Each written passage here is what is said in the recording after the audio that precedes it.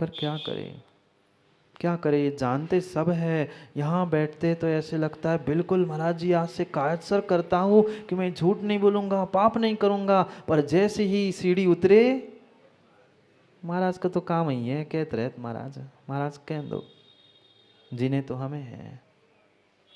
जी लो, नरकों में जीने की व्यवस्था कर रहे हो और कुछ नहीं कर रहे हो। दया करुणा से भरे हुए निर्ग्रंथ वे गुरु आचार्य भगवान तुम्हें समझा रहे हैं, जानो मानो। अगर आज नहीं मान पा रहे हो तो आने वाले समय में तुम्हें मानने का भी समय, जानने का भी समय नहीं मिलेगा। क्यों नरकों में आज तक पड़े रहे, क्यों नरकों के इतने भयंकर भयंकर दुखों को हमने भोगा?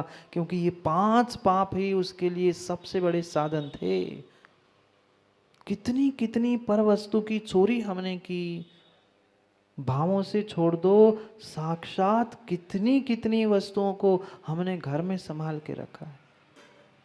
माँ खोज कर लेना, आज घर जाके खोज कर लेना, जितने बर्तन घर में रखे हो ना, एक आध पूरे बर्तन पे लिखे हुए नामों को खोज लेना। मुझे विश्वास है 8-10 बर्तन, चम्मच, ढक्कन तो दूसरे की पड़ोसी की मिलेगी, मिलेगी। अभी तक खोजा नहीं है, एक 2-4 चम्मच, 2-4 सामग्री तो इधर उधर की आई हुई मिलेगी, मिलेगी, पक्के मिलेगी। ये चोरी नहीं है, चोरी है। भले ही वो सामने वाला भूल चुका है, पर आपको पता है कि ये दूसरे की है, मेरी नहीं है, और फिर भी प्रयोग कर रहे, फिर भी रखी है, तो परिपूर्ण रूप से मेरी चोरी है। चोरी नहीं करते महाराज जी हम। आप लोग करते? आप लोग करते डब्बू भाई चोरी? चोरी नहीं करते हम, तो डाका ही डालते महाराज जी। चोरी तो छोटे मोटे काम होते हैं, छोटे मोटे काम हम कहाँ करते, हम तो सीधा डाका डालते हैं। बस तरीका बहुत अलग है। जो वो चोर उचक के डाकू होते हैं, वह पिस्टल लगा के पैसे निकालते हैं, दूसरे के धन को हरते हैं। हम तो मीठी मीठी बातों से जेब खाली कर लेते। चोरी कर रहे हैं, पर वस्तु के प्रति जो मेरे उसे ग्रहण करने के भाव हो रहे हैं, वह मेरे लिए चोरी है। और साक्षात उठा के रख रहे हैं, वो तो चोरी है ही। अदत्ता दानम स्तेयम, बिना दिए दिया हुआ वह जो भी सामग्री का आपका ग्रहण करना है, वह चोरी है। भले ही ग्राहक ने तुम्हें दिया है, पर ग्राहक ने भी खुशी खुशी जो दिया है, जो वास्तव में उसका मूल्य था, वह तुम्हारे लिए चोरी नहीं, पर उसके ऊपर जो भी तुमने कमीशन खाया ना, वह चोरी है, डाका है। क्या करे, आजकल तो धर्म, भगवान, गुरु और सब में ही कमीशन हो गया है। हाँ राजकुमार जी, बुरा लग सकता है, पर परम सत्य ऐसा ही है। देवशास्त्र गुरु के बीच में भी लोग कमीशन खाने लग गए। सही है, हम झूठ थोड़ी बोलते। ये क्या चोरी नहीं है, डाका है। चलो अच्छी आपने कहे, स्वीकार तो कर ली। मैं कहता तो लड़ने आ जाते मेरे से। मानो नहीं मानो, मानना तो पड़ेगा। आज नहीं तो कल सत्य को स्वीकार करना पड़ेगा। और जिस दिन सत्य को स्वीकार करोगे राजेश जी, उस दिन सत्य मार्ग पर चलने का पहला कदम रख जाएगा। कुछ नहीं किया आपने, अभी चोरी डाका करना छोड़ा नहीं, हिंसा करना छोड़ा नहीं है, पर यह भीतर निर्णय हो गया कि मां मैं गलती कर रहा हूं, तो पक्का मानना मैंने पहला कदम उठाया है अपने मोक्ष मार्ग के लिए, अपने उन व्रतों के लिए। क्योंकि बहुत सारे पंचम काल के ऐसे जीव है, गलती करके भी गलती को मानना नहीं चाहते। आप गलती को मान रहे हो, यही बहुत बड़ी बात है। क्योंकि आपको पता है मैं गलत हूं, तो कभी सुधार होगा। पर जो अपने आप को बहुत समझदार, ज्ञानी और धर्मात्मा मानता है, वह कभी अपने जीवन में सुधार कर नहीं सकता है। इसलिए बोध तो करो कम से कम कि वास्तव में मैं आज तक जीवन जीता आया हूँ, मनुष्य बना हूँ। पहली बार मनुष्य नहीं बने, अब भाई कई कई कई बार मनुष्य बने। पर कभी इस मनुष्य पर्याय का भी शांति से भोग किया? मनुष्य पर्याय में भी जो माँ साधन मिले थे, वह साधनों का कभी भोग किया? किसी के पास साधन कमी नहीं है, किसी के प्रकार की सामग्री की, साधनों की कमी नहीं है, पर क्या उतनों का भी हमने शांति से भोग किया? नहीं किया। आपके पास भी चांदी के बर्तन थे पूजा करने के लिए, दूसरे के पास भी थे, पर आपका इतना सा डिब्बा था, उसका इतना बड़ा था। आप बोलो पूजा हो रही है कि चांदी का डिब्बा दिख रहा है? ये दूसरों को देखकर जो ईर्ष्या भी हो रही है ना, ये चोरी के भाव के कारण हो रही है। मैंने इतनी मेहनत करके इतना चांदी का डिब्बा बनाया और पड़ोसी को दिखाने के लिए बनाया, पता चला उसी दिन उसने और बड़ा डिब्बा ले आया चांदी का, ले चले गई पूरी मेहनत। सोचो कैसी परिणति हमारी हो चुकी है। जो हमें मिला है, जितना हमें प्राप्त है, हम उसमें अपने आप को शांति का वेदन क्यों नहीं कर पा रहे हैं? क्यों नहीं उस शांति से उसे भोग पा रहे हैं? ये जब तक दूसरा देख ना ले, दूसरों से मेरा बड़ा काम हो, ये जितनी जितनी मेरे भीतर संक्लिष्टता है, कोई देख ना ले, कुछ उससे बड़ा मेरा काम हो, ऐसा जो भी हमारा परिणमन चल रहा है, ये चोरी के भाव है, ये चोरी है। जो चोर होता है वह चोरी छुपे क्यों चोरी करता है? अगर अच्छा ही काम होता होता तो ये चोर, लुटेरे, डाकू आदि चोरी छुपे क्यों घूमते हैं? क्यों अंधेरे का सहायता लेते हैं? क्यों एकांत खोजकर चोरते हैं? मतलब वे भी जानते हैं चोरी करना, माँ चोरी करना, बोलो ना, चोरी करना जानते हैं। मुझे कह रहे हैं कि अपने आप को कह रहे हैं? ये जानते बहुत अच्छे से चोरी करना पाप है, पर कितनी कितनी हमने आज तक चोरियां कर डाली। आचार्य भगवान तो कहते हैं पर वस्तु हमारे लिए पाषाणवत, लोष्टवत होनी चाहिए। हमारी दृष्टि ही नहीं जानी चाहिए पर वस्तु के प्रति, पर हमारी जब जब दृष्टि जाती है पर वस्तु के प्रति और पर व्यक्ति प्रति जाती है, वो ऐसा, उसके पास ऐसा, वो वैसा, वो मुझे कब मिले, वैसा मैं कब बन जाऊं। गई तुम्हारी पूजा,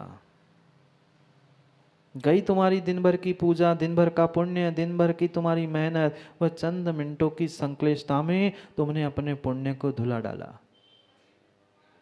मत करो पर वस्तुओं को देखकर, पर व्यक्तियों को देखकर संक्लिष्टताओं को मत धारण करो। जितना मिला है, जितना मिला है, उस मिले हुए में ही हम अपने आप को सुख शांति से भोगने का प्रयास क्यों नहीं कर पाते? क्यों नहीं हम सुख शांति से मिले हुए उस, बहुत भले कम क्यों ना हो, पर उसका शांति से भोग कर पाए? नहीं। लखपति करोड़पति बनना चाहता है, करोड़पति अरबपति बनना चाहता है, अरबपति खरबपति बनना चाहता है।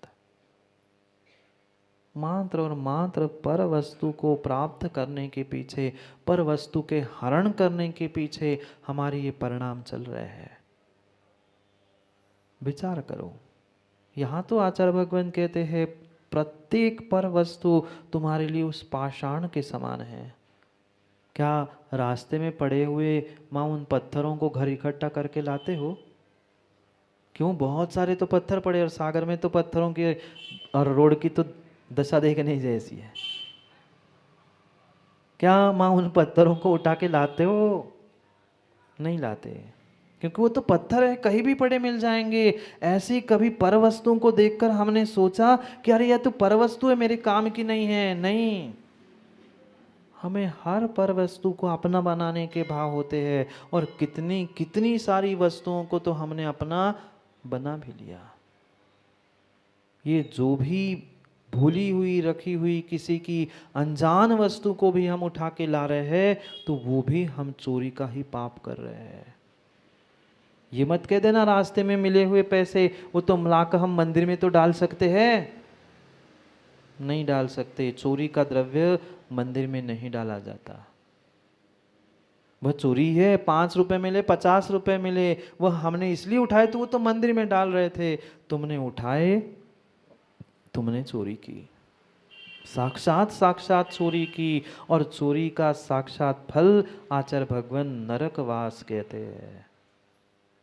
कुछ छोटे काल के लिए नहीं, छोटे काल के लिए नहीं, हजारों हजारों सागरों वर्ष तक नरकों के दुखों को भोगना पड़ेगा।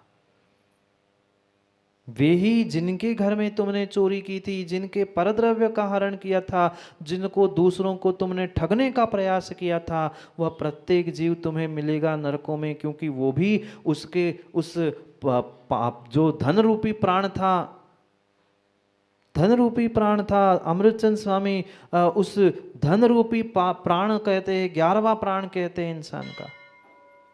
ये तो 10 प्राण हर कोई जानता है, बल आयु श्वासोश्वास, इसके अलावा ये धन 11वां प्राण कहा अमृतचंद स्वामी ने।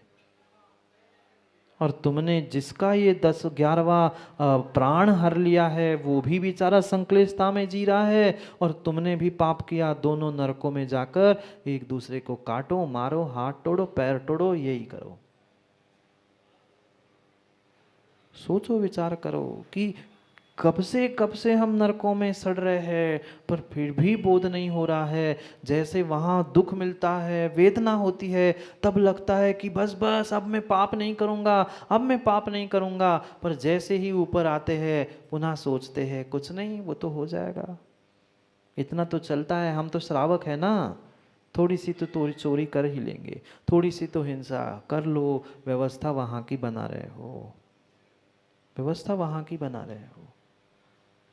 अगर सभी सभी सभी पापों को समाहित करने वाला कोई पाप है तो ये चोरी है। हमने दूसरों के उस 11वें प्राण को हर लिया, उस प्राणों को हर लिया, मतलब हमने हिंसा की। हर चोरी करने वाला ये सत्य बोल के तो चोरी करता नहीं है, मैं चोरी करने आ रहा हूं, तुम्हारे घर में दरवाजा खोल के रखना, कोई खोल देगा? नहीं। चोरी करने वाला झूठ बोलता है, कुशील का कारण है, और परिग्रह तो जोड़ ही रहा है। पांचों पापों का अगर कोई समावेश करने वाला पाप है तो ये चोरी पाप है। चोरी करना महापाप है, महापाप है। एक एक रहस्यपूर्ण बातों से आचार्य भगवंतों ने हमें बार बार समझाया है। उस चोरी से थोड़े से तो दूर हो जाओ। जो हमारी आज तक विपरीत परिणति चल रही है, उस विपरीत परिणति से थोड़ा सा दूर होने का प्रयास करो। पर हम समझ नहीं पा रहे हैं। समझ भी लेते हैं, जान भी लेते हैं, तो कभी कभी मानने की भी इच्छा नहीं होती।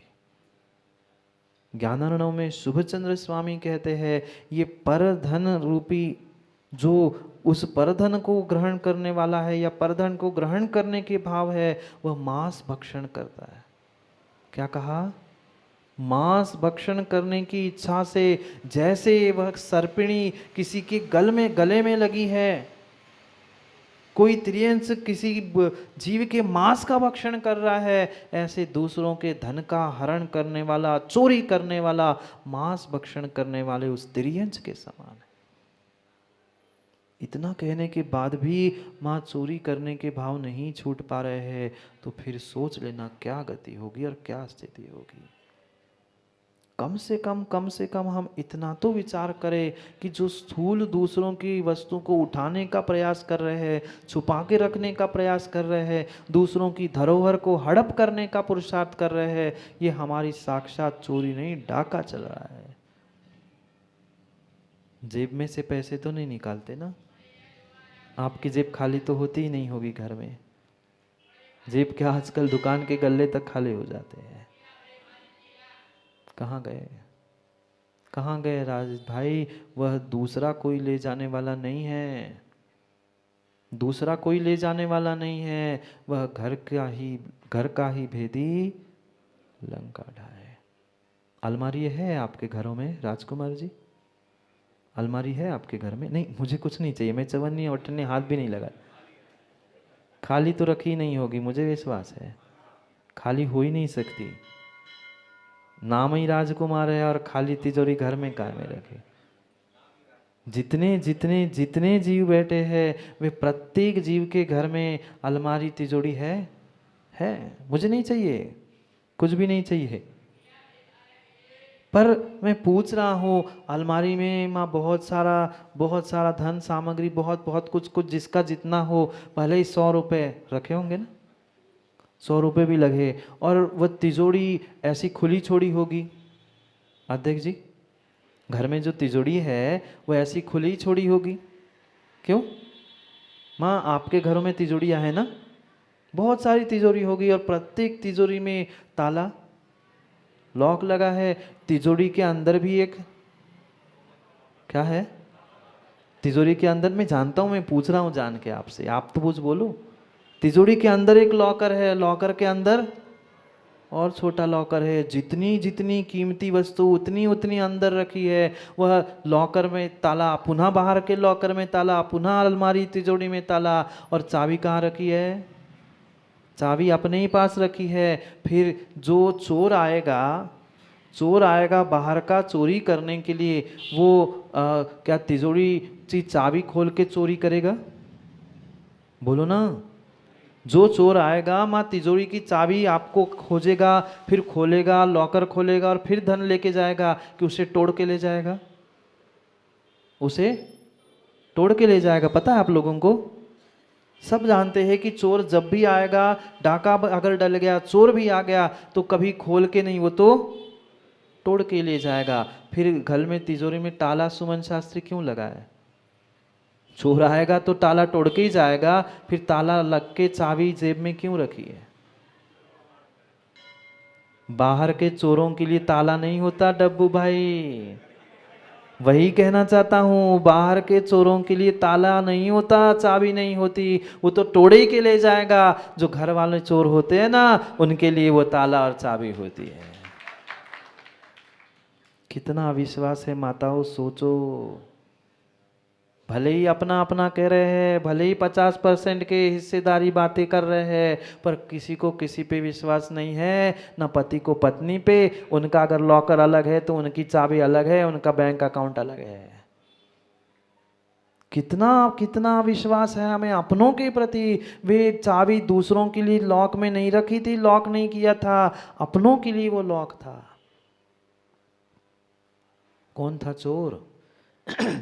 अब तो मानो कि नहीं मानो? अब तो मानो कि नहीं मानो?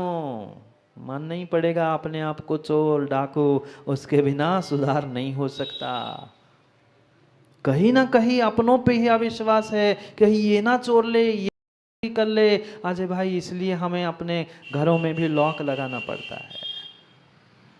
कैसी परिणति है हमारी स्वयं की, सोचो, विचार करो। मानो नहीं मानो, हम उस चोरी में लगे हुए हैं। जो दूसरे की वस्तु को ग्रहण करने के भाव हो रहे हैं,